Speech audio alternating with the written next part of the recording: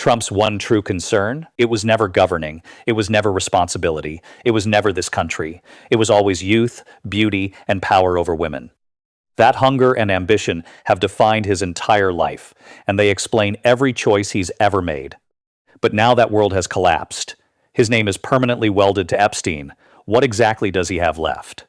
Golf. I kept seeing these tweets in the 2016 campaign about, I'm the best golfer, I'm a winner, vote for me because I've won 18 club championships. Whenever he opens a new golf course that he buys, he simply plays the first round by himself. And all of a sudden, he's the champion, he's the king. Give him the crown. I'm a winner, you gotta vote for a winner. That's his world now. The sacred refuge, the last place where he can cosplay as a powerful man instead of confronting the wreckage he created. Everything else is just background noise to him now, which tells you something important. This is a man who is no longer in control, and he knows it. The panic leaks out because he can't hide it anymore. Today, his precious golf outing was completely blown apart, and it was entirely his own doing. It all detonated in a screaming, unhinged phone call. The panic was exposed in full view of his closest loyalists. They are terrified of the crimes he's been hiding, and they know the exposure is no longer theoretical. We're going straight into that phone call. That call didn't just ruin his golf game. It humiliated Don Jr., put him on display standing on a stage, begging for validation from a man who couldn't even be bothered to show up. It made every single one of them look ridiculous. If facts still matter, hit like and make your voice heard. Not for entertainment, for accountability. It helps push facts into a media ecosystem built to shield people like Trump from consequences. What comes next matters, because this story isn't slowing down. This isn't just about Trump, it's about corruption, cowardice, and a system that keeps protecting the worst actors. Before we break down that humiliating phone call and why it matters, we need to go back to where this spiral really began, Charlie Kirk's America Fest.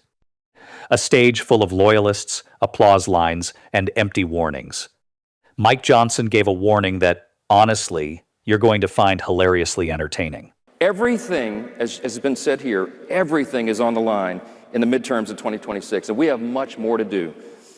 But if we lose the House majority, the radical left, as you've already heard, is going to impeach President Trump. They're going to create absolute chaos.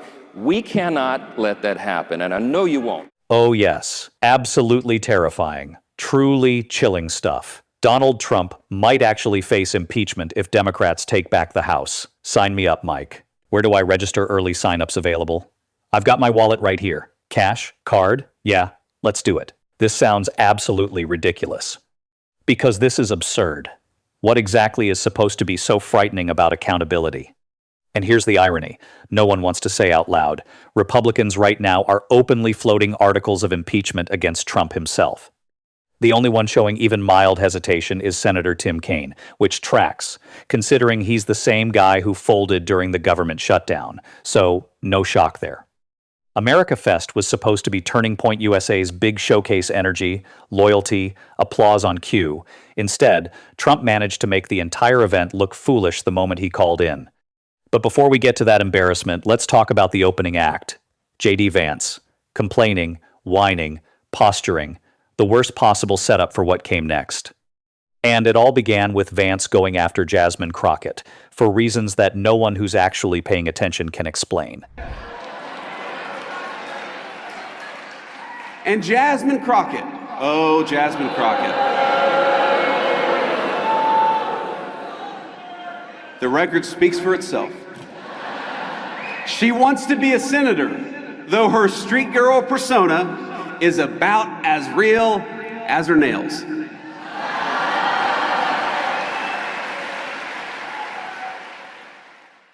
These people are nothing but losers, complainers, whiners, and frankly, pathetic. Do we really need more words, or is it enough to just look at J.D. Vance and that familiar, insecure face? This is the same man who had someone kicked out of the country for daring to keep a meme of him on a phone. Everyone remembers that face. That's how thin-skinned these people are. So when he goes after Jasmine Crockett like that, the reason is obvious. J.D. Vance is desperate to be Donald Trump. And no, there's no interest in giving Trump credit that much is clear, but facts still matter. Trump knows how to command a room in ways J.D. Vance never will. More presence, more control. More power than Vance could ever imagine. J.D. Vance, by contrast, is just a squirming worm. No substance, no weight, just insecurity wrapped in an ill-fitting suit. And the way he plays the victim here only confirms how small and pathetic the whole performance really is. In the United States of America, you don't have to apologize for being white anymore.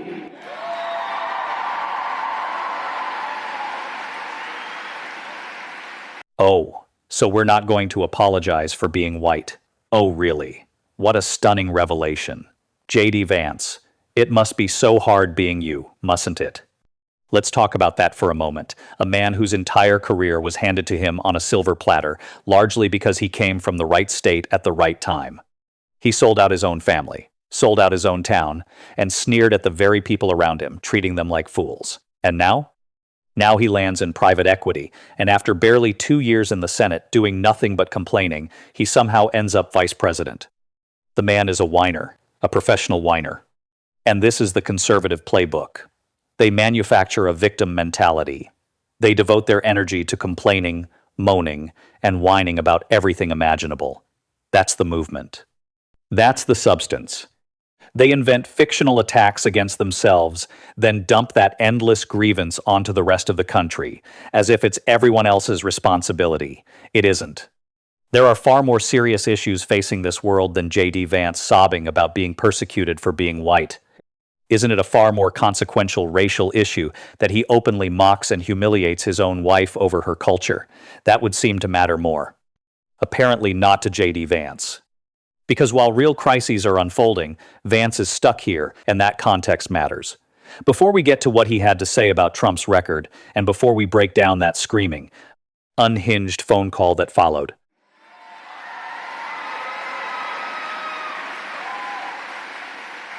next month will be the official one-year anniversary of the Trump administration, and I am damn proud of our record so far.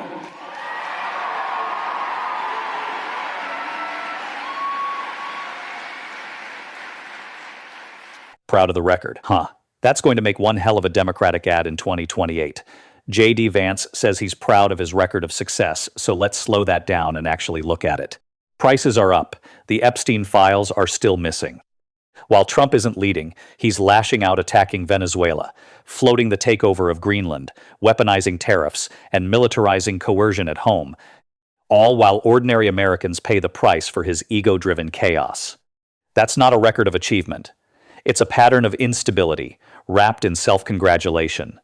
And that's exactly why Trump fled to the golf course, not for rest, but for escape, a place where he can pretend nothing is wrong. But even that refuge failed him. The control cracked. The composure vanished. What followed wasn't strength or leadership. It was a full-blown meltdown, screaming over the phone at Don Jr., unraveling in real time. And that collapse is where this story truly turns. To say hi. Mr. President? Hello, everybody. Can you guys hear it? I want to be with you, but I'll be with you soon. And I just want to say that nobody did more for me than Charlie, and there's nobody better than Erica. And you are the greatest people on earth. We won in a landslide, and we're going to continue to do it. And I just want to thank everybody. You got out there, and they voted, and they pressed doorbells. And I just want to thank you all, and I hope my son's doing a good job representing me. Otherwise, I'll have to say, you're fired, Don. You're fired. So thank you very much, and have a great day. And I hope Don makes a great speech. If he doesn't make a great speech, let me know about it. I'll give him hell. Well, Dad, there's literally... Everybody, Don, go have a good time. And say hello to Erica. Go have a good time, everybody. Well, there's 30,000 young patriots in this room. The movement continues. They're looking forward to supporting you and everything that you, Charlie, and really everyone that's part of this movement stands for. So thanks, Dad. We appreciate it. We love you. We'll speak to you soon. Thank you very much, and thank you very much, everybody. We love you. Have a great Christmas. Thanks, Dad. We love you. So yes, this is deeply humiliating for Erica Kirk, sitting there nodding along, performing devotion. Donald, you've been incredible, all while the cameras roll. And of course she leans into it, because that's the role. Grifting. The same instinct that kicked in the moment conservatives, including the President of the United States, started hurling venom at Rob Reiner for no reason at all. Reiner wasn't a partisan hack. He was a serious artist. But they turned him into a political prop anyway, because that's what they do. They weaponize anything useful. And then there's Charlie Kirk and Erica Kirk, two professional grifters, one retired from the act, the other still very much in business. This isn't a movement. It's a transaction, a grift, plain and simple. The flattery is shameless. Dear Leader Trump, we adore you. You adore us. Please notice me so the donations keep flowing. And Trump's response? He phones it in literally. He doesn't care. Maybe he'll watch later. He's at the golf course. Arizona has plenty of courses. Why bother? The indifference is unmistakable, and the humiliation is complete. Of course, this was always about fundraising off Charlie Kirk's name. They don't care about him, they care about the money. That's the entire point. And it's almost comical, because at the center of all of it sits Trump's ego, stroked and worshipped.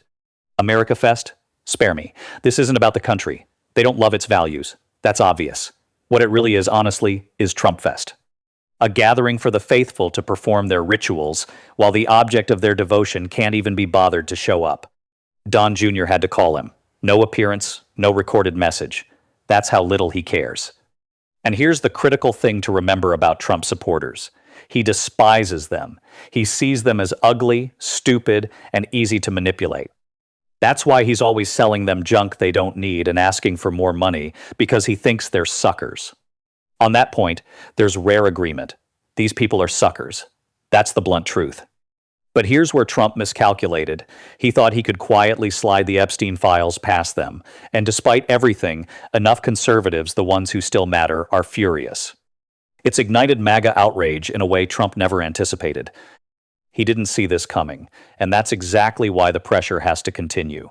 That's what Jamie Raskin is doing in the next clip, and it matters because what he says is essential. I mean, this is a major financial, business, managerial operation and criminal operation, so it's going to be a lot more than that.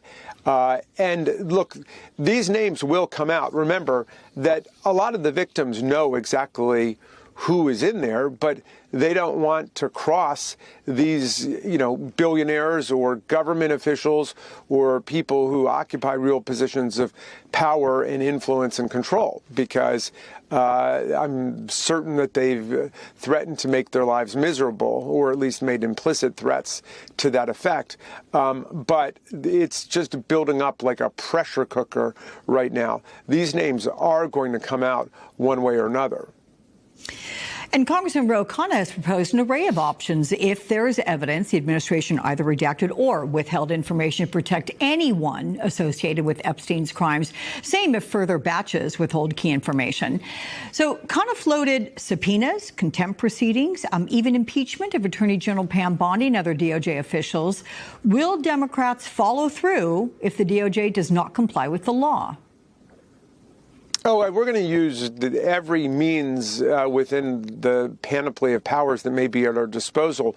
But just remember that it depends on pulling over enough Republicans to create a majority.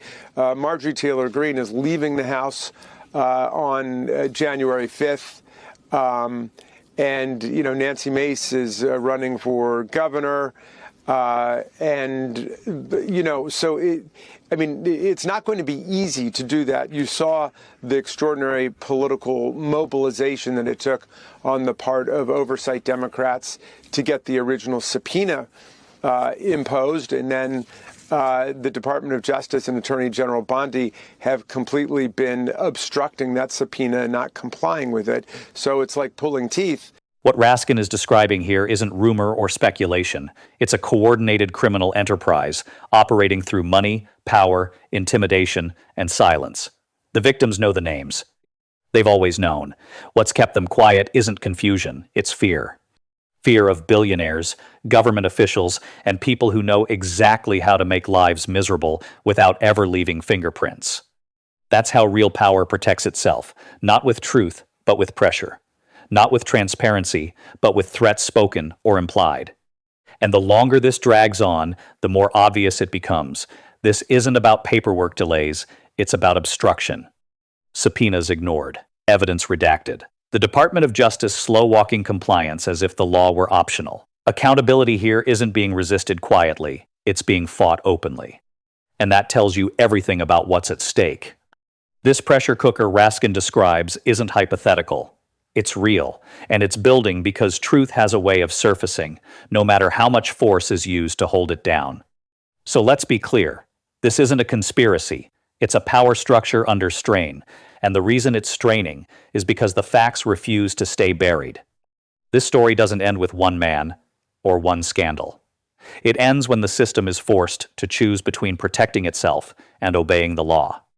If this matters, stay with the facts, pay attention, support accountability where it still exists.